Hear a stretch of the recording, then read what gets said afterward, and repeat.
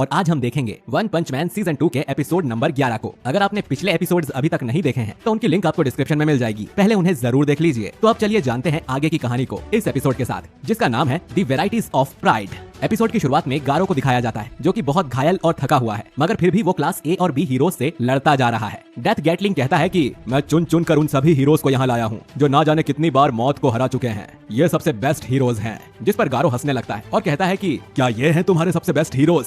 मुझे class S का तो एक भी हीरो यहाँ नहीं दिख रहा है। क्या हीरो एसोसिएशन को बिल्कुल अंदाजा नहीं है कि मैं कितना खतरनाक हूँ? डेथ गैटलिंग ने बोला कि तुम्हें भी क्लास एस की पड़ी है। क्लास एस बहुत अच्छे हीरोज हैं और उन्हें पेमेंट भी बहुत अच्छी मिलती है, लेकिन कोई ये नहीं समझता कि हम छोटी रैंक के हीरोज भी क्लास एस से कम नहीं है। इसीलिए तुम्हें मारकर आज हम ये साबित कर देंगे। गारो को जहर वाले तीरों से चक्कर आने लग जाते हैं और वो कमजोर पड़ने लगता है, तो वो हीरोज का ध्यान भटकाने के लिए कहता है सिटी में मॉन्स्टर एसोसिएशन नाम का कुछ आया है, तो क्या तुम्हें नहीं लगता कि तुम्हें मुझ जैसे मामूली विलन को छोड़कर उन मॉन्स्टर्स पर ध्यान देना चाहिए? डेथ गैटलिंग कहता है कि वो गारो को खत्म करके ही उस जगह पर जाने वाला है। गारो सोचता है कि ये हीरोज उसका टेस्ट है और हर हीरो को खत्म करके वो एक एक सीढ़ी चढ़कर सबसे बड़ा मॉन्स्टर बनने के करीब जाएगा। तभी हीरोज मिलकर वापस उस पर अटैक कर देते हैं। गारो सबसे बच जाता है, लेकिन उसकी हालत देखकर हीरोज कहते हैं कि जहर उसके अंदर फैल रहा है तो वो ज्यादा देर तक नहीं टिक पाएगा। वहीं गारो सोचता है कि उसे बस एक मौके की जरूरत है। सीन फिर पास्ट में जाता है, जहां बचपन में गारो के दोस्त बात कर रहे होते हैं कि जस्टिस मैन ने कितने अच्छे तरीके से क्रैब डीमन को हरा दिया था और जस्टिस मैन के जीतने पर सब खुश होते हैं। पर तभी गारो कहता है कि क्रैब डीमन ने भी आखिर तक हार नहीं मानी थी और उस अकेले के सामने 3 हीरोज थे, जो कि अनफेयर है। क्रैब मैन तो बस अपना घर बचाना चाहता था और नदियों में पॉल्यूशन फैलाने से लोगों को रोकना चाहता था। ये सुनकर उसके दोस्त शॉक हो जाते हैं कि गारो हीरो के बदले विलन को सपोर्ट कर रहा है और उसे कहते हैं कि क्या तुम मॉन्स्टर की साइड ले रहे हो? और सीन वापस प्रेजेंट में आ जाता है, जहां गारो को इतने सारे हीरोज ने मिलकर घेर रखा होता है। तभी हीरोज मिलकर फिर से उस पर अटैक करना शुरू कर देते हैं, लेकिन इस बार गारो अपने आप पर एक भी वार लगने नहीं देता। उसमें अचानक और पावर्स आ जाती हैं और वो एक हीरो के अटैक से ऐसे बचता है कि वो अटैक किसी और हीरो पर लग जाता है। हीरोज के ही हमले लगने से सभी हीरोज एक एक करके घायल होने लगते हैं, पर डेथ गैटलिंग इन सबसे दूर खड़ा रहता है। कुछ हीरोज को तो वो इतना खतरनाक लगने लगता है कि वो हमला करने से पहले ही डर कर रुक जाते हैं। गारो फिर अचानक से भागना शुरू कर देता है, जिससे ग्रीन सूट वाला हीरो उसके पीछे जाता है और सोचता है कि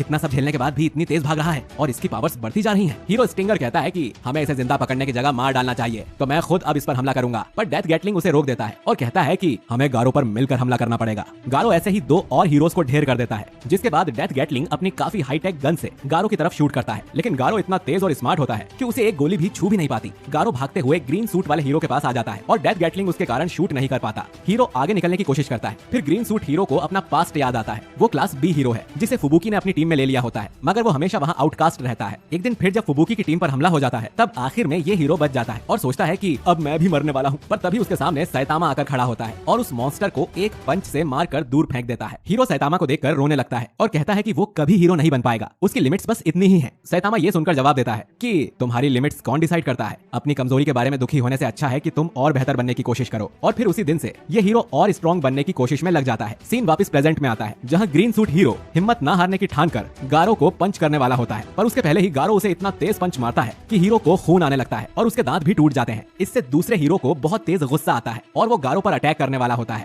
पर गारो उसे भी हरा देता है। अब बस डेथ गैटलिंग बचा होता है, जो कहता है कि अब तुम किसी भी हीरो के पीछे छुपकर सहारा नहीं ले सकते, तो अब तुम गए। पर गारो शेड के सामने खड़ा होता है और बताता है कि शेड में एक बच्चा है, तो तुम्हें फायर नहीं करना चाहिए। डेथ गैटलिंग को लगता है कि गारो बचने के लिए बहुत झूठ बोल रहा है और वो डेथ शावर नाम के अटैक से फायरिंग शुरू कर देता है, लेकिन गारो बच्चे को बचाने के लिए एक शील्ड जैसा अपने सामने बना लेता है। कुछ देर बाद डेथ गैटलिंग की गोलियां खत्म हो जाती हैं और वो देखता है कि गारो को कुछ नहीं हुआ है, जबकि उसके पीछे का पूरा शेड तबाह हो गया है। बच्चा बस उसी जगह खड़ा होता है जहाँ का एरिया बच गया होता है। गारो हंसने लगता है और कहता है कि तुमने मुझे ये जानने में मदद की कि मैं गन्स और बुलेट से बच सकता हूँ। गारो आगे कहता है कि तुम्हें कम से कम एक क्लास एस हीरो को अपने साथ लेकर आना चाहिए था। डेथ गैटलिंग को ये सुनकर गुस्सा आने लगता है और वो कहता है कि क्लास एस हीरो गए भाड़ में, तुम्हें क्या लगता है बाकी हीरोज बस सेकंड ऑप्शंस हैं? एस क्लास हीरोज अच्छे हैं, मगर हम भी उतना ही खून पसीना बहाते हैं। ये कहते कहते डेथ गैटलिंग अपना चाकू निकालता है और गारो पर अटैक करने आता है, पर गारो के पास पहुंचते ही गारो उसे इतना तेज अटैक करता है कि डेथ गैटलिंग दूर जाकर गिर जाता है और गारो कहता है कि ये सब कितने बेवकूफ लोग थे।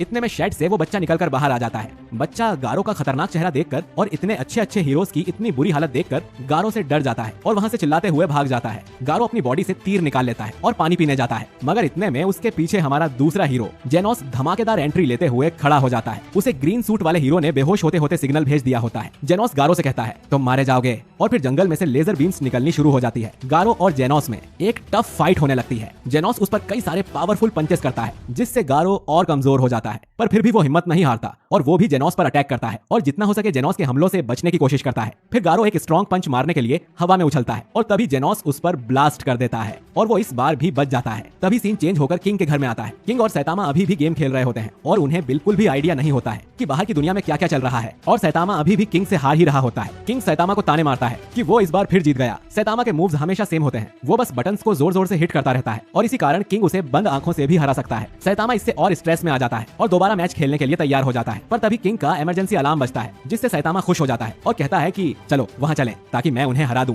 पर किंग जवाब देता है, कुछ हीरोज वहाँ पहुँच गए हैं तो जब तक हम वहाँ जाएंगे सब खत्म हो जाएगा। वैसे आजकल हमेशा से बहुत ज्यादा मॉन्स्टर्स आने लग गए हैं और अगर ऐसा ही चलता रहा तो बहुत ही प्रॉब्लम हो जाएगी। जेनोस भी मॉन्स्टर्स से लड़कर बहुत बुरी तरह घायल हो गया था। फिर किंग ने पूछा कि वैसे जेनोस है कहाँ, जिस पर सैतामा को कुछ आइडिया नहीं होता क्योंकि वो पिछली रात से घर नहीं आया है। किंग टेंशन में कहता है कि मॉन्स्टर एसोसिएशन बहुत खराब है, क्या भरोसा वो उसे शायद उठाकर अपने साथ ले गए हो। सैतामा जेनोस का चेहरा याद करके कहता है कि वो जेनोस है, उसे कुछ नहीं हुआ होगा। सैतामा खड़ा होता है और कहता है कि वैसे भी बहुत देर हो गई है, मैं सिटी का एक राउंड लगा कर आता हूँ। वहीं दूसरी तरफ गारो घायल होते ही जा रहा होता है और सोचता है कि अगर ऐसा ही चलता रहा तो इसे हराना मुश्किल हो जाएगा। जेनोस गारो को सरेंडर करने को कह देता है। फिर गारो अपने लड़ने का तरीका बदलकर same to same watchdog man की तरह लड़ना शुरू कर देता है जिससे जेनोस थोड़ा कंफ्यूज हो जाता है और इससे पहले कि वो कुछ समझ पाए गारो उस पर अटैक करके उसका एक हाथ तोड़ देता है। फिर गारो को पकड़कर एक पेड़ से बांध देता है और वापस जेनोस की बॉडी से अटैच हो जाता है। गारो पेड़ से चिपका हुआ कहता है कि मैंने शायद बहुत हंगामा खड़ा किया हुआ है, जो सारे हीरोज मुझे ही मारने आ रहे हैं। जेनोस ने कहा कि मॉन्स्टर एसोसिएशन के आ जाने से वैसे ही हालात कुछ ठीक नहीं चल रहे हैं, इसीलिए हमें मिलकर काम करना पड़ रहा है और सबसे पहले हम तुम्हारे जैसे चिंदी चोरों को खत्म कर रहे हैं। गारो ये सुनकर भड़क जाता है कि हीरोज उसे कुछ नहीं समझते, वो अपनी फुल पावर खुद को छुड़ाने में लगाता है। गारो अब और ज्यादा गुस्से में आ जाता है और कहता है कि तुम्हारे सामने एक ऐसा मॉन्स्टर खड़ा है जिसके जैसा दुनिया में कोई नहीं है। जेनोस फिर अटैक करता है पर अचानक उसके पीछे की जमीन से कुछ मॉन्स्टर्स निकलकर बाहर आते हैं और जेनोस पर मिलकर अटैक कर देते हैं। गारो को खुद समझ नहीं आता कि ये क्या हुआ। इतने में उसके पीछे भी एक मॉन्स्टर आता है और कहता है कि चलो गारो, हम मॉन्स्टर एसोसिएशन से हैं और तुम्हें हमारे साथ लेने आए हैं।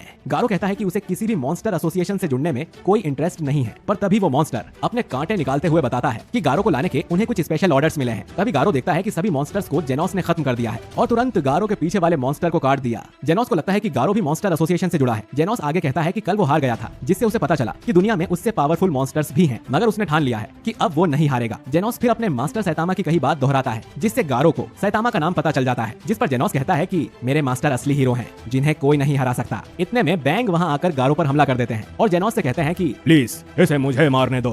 बॉम्ब भी वहां आ जाता है और कहते हैं कि बाकी मॉन्स्टर्स को मैं देख लूंगा। बैंग गारो से कहते हैं काफी टाइम बाद हम आमने सामने आए हैं। गारो को ठीक से कुछ दिखाई नहीं देता मगर वो ये आवाज पहचान जाता है। गारो भी फिर बैंग से लड़ने के लिए किसी तरह से खड़ा हो जाता है और सीन पास्ट में आता है जब बैंग पहली बार गारो को अपनी क्लास में लाया होता है और गारो लड़ने के लिए तैयार होकर पूछता है कि क्या तुम स्ट्रांग हो बूढ़े आदमी। सोरफेस वहां आकर पूछता है कि ये बच्चा कौन है और इतने में चोट खाया हुआ गारो गिरकर बेहोश हो जाता है। बैंग कहता है कि इसे होश में आने पर खाना दे देना और सीन प्रेजेंट में आ जाता है। गारो अपना सबसे पावरफुल मूव लेकर बैंग की तरफ आता है और एपिसोड एंड हो जाता है। तो दोस्तों आपको ये एपिसोड कैसा लगा कमेंट करके जरूर बताइए। वीडियो पसंद आया है तो इसे लाइक और शेयर करिए और